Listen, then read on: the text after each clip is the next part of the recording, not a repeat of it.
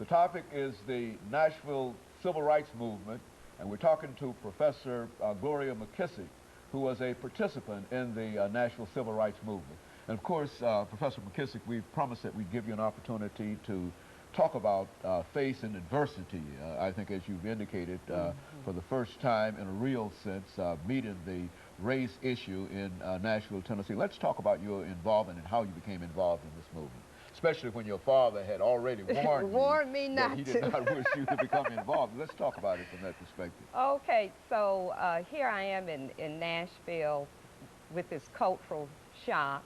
I need to say we came down on the train back then, and when you got to Cincinnati, you switched to the L&N, and that brought you into the South. And they put us on the back of the train, and being young, we thought, oh, great, you know, we just had a big party from Cincinnati. And it was later that I realized that I had been Jim Crow. And I rode that train one more time, and I never rode it again. I refused to be Jim Crow. But the second time I rode that train, I remember going into the station, and they had those signs up. And I was not familiar with these signs. I'd heard about it. And I went into the white restroom, and I looked in there, and I looked into the colored restroom, and I refused to use the colored restroom. It was the difference between night and day. And when I came out, this was my first act of defiance. I took down the sign, and I've had it ever since. Ever since I've had this sign. Yes, it is. Yes, it is. 1922 is when it was put up, but I took it down in 1961, and I still have it. So I had that feistiness in me, and we were in the student union, and some of the freedom riders, and I really wasn't aware of the freedom rides at the time, and that these students had been put out of school and all the things that had transpired, and they were looking for young recruits, freshmen especially, naive people, to get involved in the movement. And myself and my girlfriend, we decided to join them, and we went downtown, and we had very little preparation. Some people just think that there's this long period of preparation, and some people did experience that.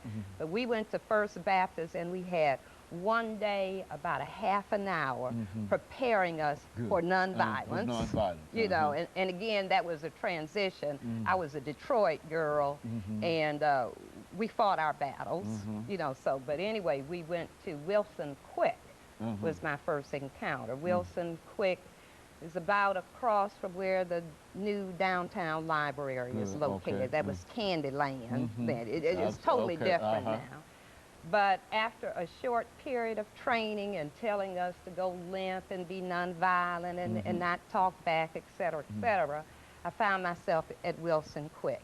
Had a long counter, you know, they had those lunch counters then.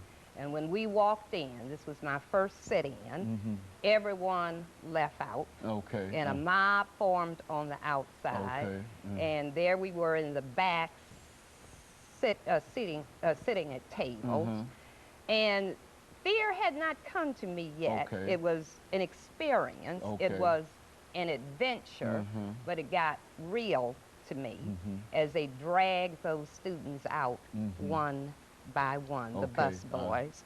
And the next thing I knew, I was the last person in there, and that's when it got real, and I got scared. But I knew God was with me, and I never will forget being dragged out of there. I also learned not to wear good clothes either. We got dragged out of there, and I never will forget a white woman sitting on the lunch counter, and she looked at me, looked down at me as they pulled me out, and she said, very sarcastically, don't hurt the little. And I had never been called before, and that's when I joined the movement. That did it for me, and I knew that this was something I had to do. And from then on, every Saturday, every weekend. I lived off campus, by the way. If I lived on campus, I would not have been able to be involved because they had curfews. Okay. But I lived in approved housing, and so we had more freedom. But my experience ended, and I mean, we did Cross Keys, Crystals, all those places. Had bricks thrown at me, paddy wagons, the whole so 9 this was yards. a real violent kind of thing Oh, that you were coming to realize. Absolutely, absolutely. Yeah, I had a brick thrown and just missed my head, hit me in the back. I've had back problems ever since that brick. But my involvement ended sooner than I wanted it to. We were involved in a sleep-in, and that was at the Andrew Jackson and the Hermitage Hotel. Okay, I remember the Andrew Jackson, and I know where the Hermitage is. Yes, down where T-Pack is now. The Hermitage is still there. And the young men were at the Andrew Jackson, and the young women were at the Hermitage. And when I say sleep in, I mean we were in the lobby. You know, we would stay there all night, and again, the goal protesting was the fact that they would not allow you to be to have a room there. Right. And so it was an all-night event. And my mother called, and my landlady covered for us and said, well, the girls are out on a date. You know, you were down and I was at a sit-in, you know, sleep-in. And she called again, and after a while, my landlady had to say the girls are at a sleep-in. Well, that was a horrible thing to say, a sleep-in, bad enough to sit in, but not a sleep-in. What does that mean? And anyway, long story short, my father got involved. The man said, and it wasn't that my father didn't believe in the movement, because he lived a life of being a political activist himself, but I was his little girl. You know, he didn't want me to get hurt. And he called the dean's office. Okay.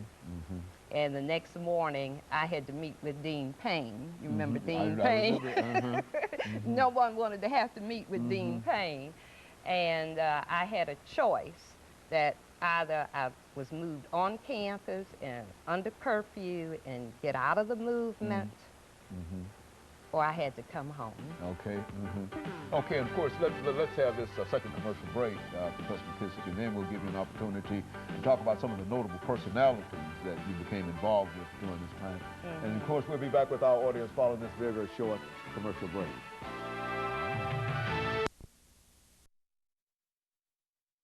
Adversity, the civil rights